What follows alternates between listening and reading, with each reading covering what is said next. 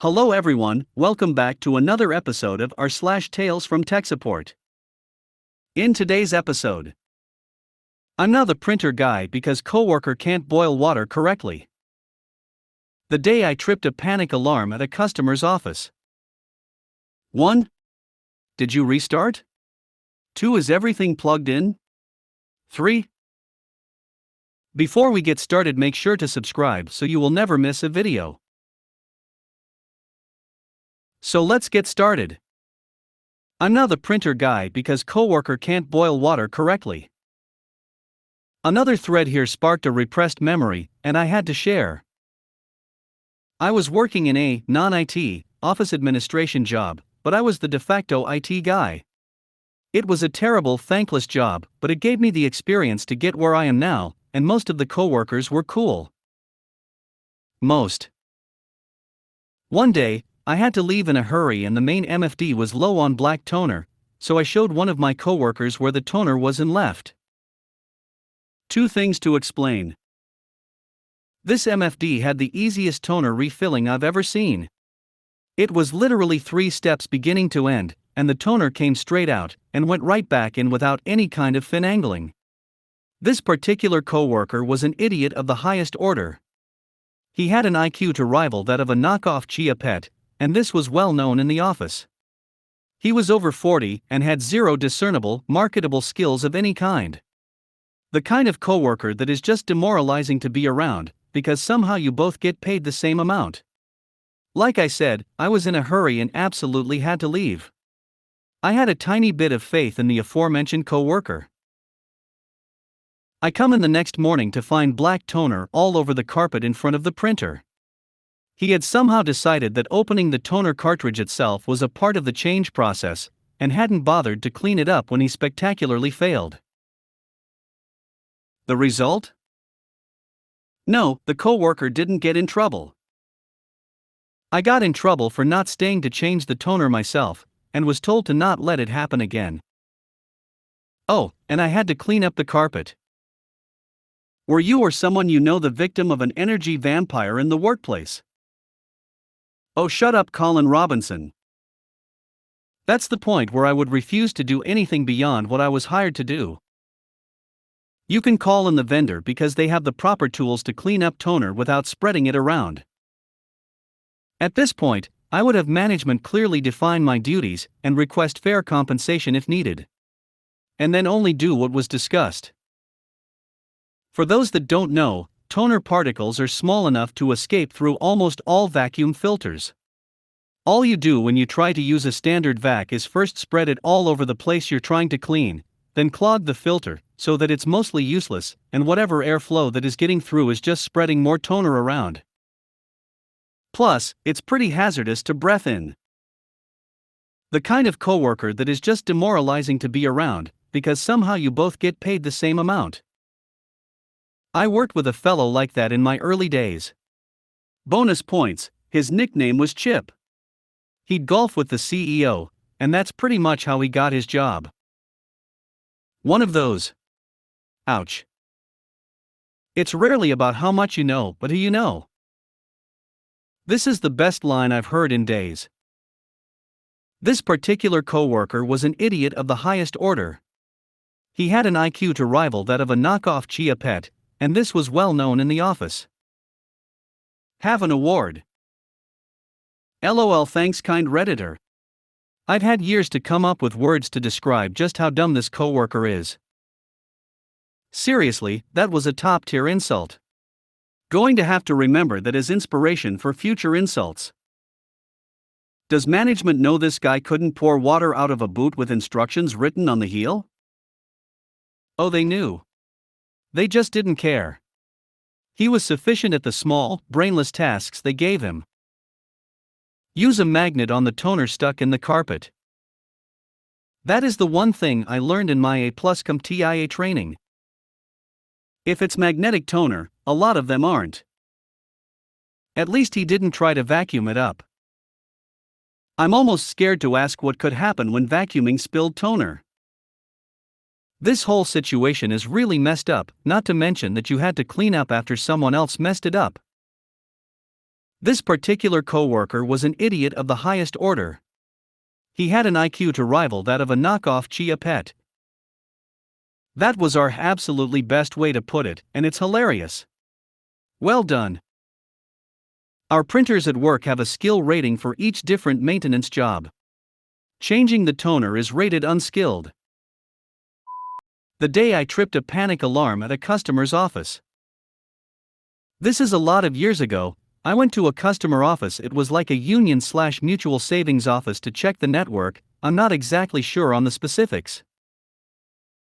It was a small street corner office and obviously not built with computers or network in mind as part of the network. I think the ADSL router was in the bathroom. In the process of following the wiring there I see this nondescript weird button-like thing, a rectangular central part with raised guards on the side, behind the sink pillar near the floor.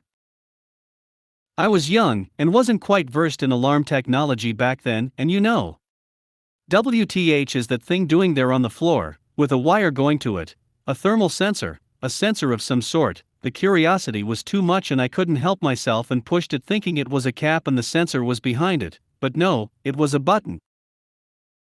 Nothing happens and I go about continuing the work there. Some minutes later the police drops and everyone is wide-eyed, and they go about identifying everyone there. They didn't believe I was a tech at first and thought I was the robber. After some minutes of convincing and oh yeah, I pushed it, didn't know what it was with a red face. Yeah, what I pushed was the silent alarm panic button, so if you get held hostage or tied in the bathroom you push it. They laughed a lot at work after that. You just had to push that nondescript red button, didn't you? It was white, laughing face, but yeah, I had to. It compelled my touchy nits. You know that trope about don't push this button and someone pushes it? Yeah, it's not much of a trope, rather a reality, laughing face. Some humans would do anything to see if it was possible to do it. If you put a large switch in some cave somewhere, with a sign on it saying end of the world switch. Please do not touch, the paint wouldn't even have time to dry. Something very similar happened to me. Home office in a mansion. Big windows facing the San Francisco Bay. Searching around trying to figure out where the phone line was routed so I can add some Cat 6, my back hit a makeshift button under the desk. Within a millisecond bulletproof shutters slammed down over all the windows and a thick steel door shut the entryway. Turns out the place used to belong to a Madoff-type swindler whom was convinced snipers would try to get him from a boat or something. No one bothered to tell me.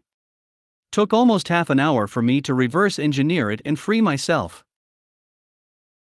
Side note, found out the original owner had been taken away by the FBI in full tactical gear. Bruh. I would love to read about this. References?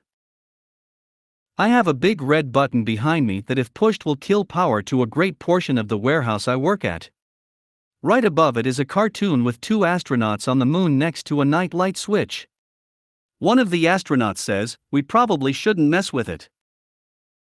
It is intended to kill power to our servers and comms room in the event of a fire."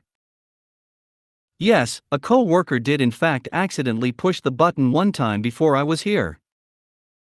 Considering the amount of stories here about those buttons getting pushed accidentally, I hope you put a guard over it. I did similar, although it was 100% accidental. Was under a vice principal's desk installing a new computer, and on the way up my back hit the panic button under the desk. Neither one of us knew it had been pressed until about 45 seconds later when the school resource officer, city cop, came rushing in with his taser out. That was a fun one, and the resource officer and I joked about it every time we passed each other in the halls after until I left the school system for private industry. I install alarms, and right now I'm waiting for a banker to finish with a customer so I can move their alarm button due to one of the tellers keeps bumping it with their leg and setting the alarm off. Years ago, I was installing Windows 98 on a friend's PC and found the 4-gangs switch with my knee. 1 hour down the drain. Had the opposite. I worked in a paper mill that produced consumer products. Think TP, paper towels, facial tissues. One machine, that had been installed sometime in the 80s, had a large emergency shutdown button installed on a post on the operating floor. Around 2005-06 they had a large maintenance shutdown, and during that time someone relocated the button. None of the operators were informed before or after this took place. I can't quite recall if there was a fire that brought the issue forward, but it was a clusterfuck.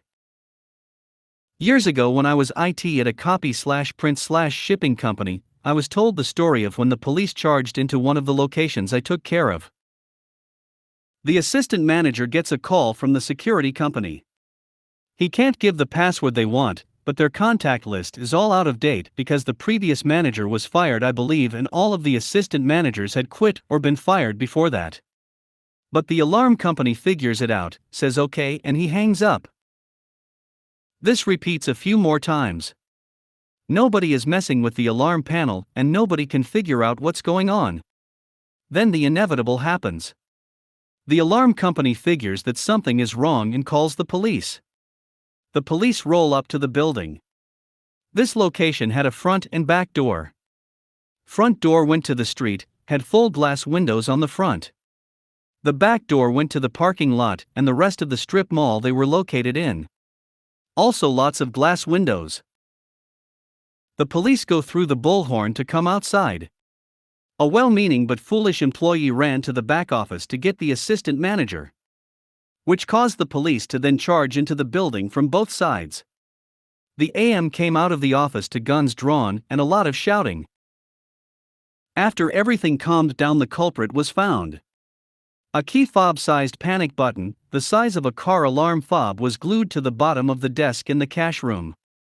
A new chair with arm rests had been moved into the room, and when the chair was pushed under the desk, the arm rest was just high enough to press the panic button.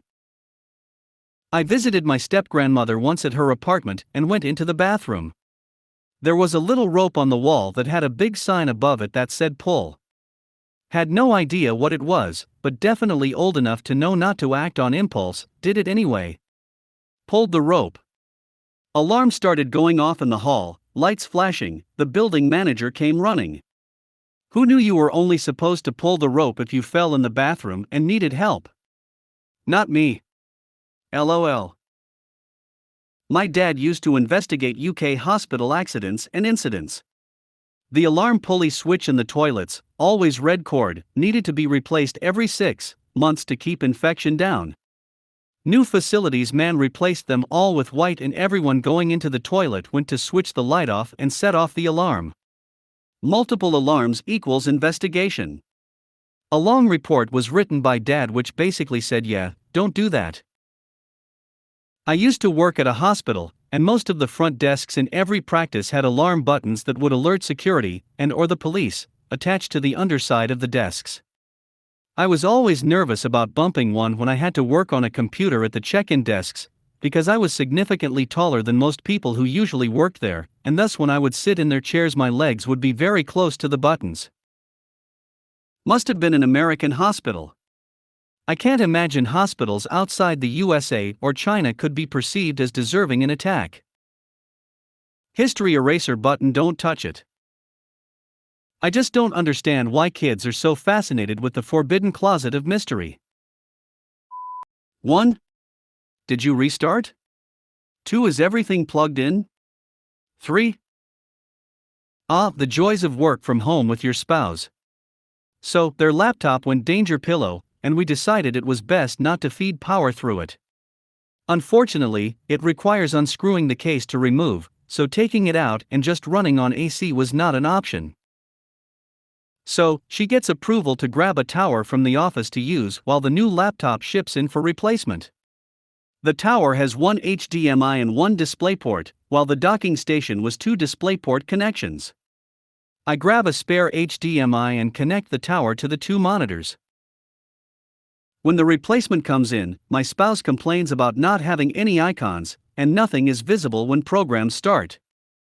I leave my desk to troubleshoot. Her boss still has not approved the $300/hour, 2-hour minimum charge schedule I tried to negotiate, and sure enough I cannot see any active windows, although the taskbar shows the programs launched. Scrolling over the thumbnail for the display properties window, it shows that the computer is showing 4 monitors. The work setup is only supposed to be 2, but the built-in display for the laptop would explain a third, not sure why for. I disconnect the docking port and everything works correctly on just the laptop. I was about to move one monitor directly into the laptop to troubleshoot that connection when I noticed there are 3 connections in the docking port. My spouse, when unplugging the temporary tower, plugged everything back into the docking station, including the extra HDMI connection. One monitor was connected twice and could only display one connection, and the display selected as primary happened to be the one it didn't display. So, I guess when asking if everything is plugged in, I should also check that the appropriate peripherals are plugged in. Is everything plugged in? My every hole is filled. I saw a movie like that once. Only a couple minutes of it though. As soon as you said launched but not visible, I knew the computer thought it had more displays than it did. Common issue with WFH and constantly changing monitor configs without rebooting. 3. Check services. 4. Check disk space. XD. For profit. Danger pillow? Swollen battery on the laptop. If it is pierced, it will explode. If you made it to the end of the video, thanks for watching. Don't forget to like, subscribe and share, and we will see you in the next video.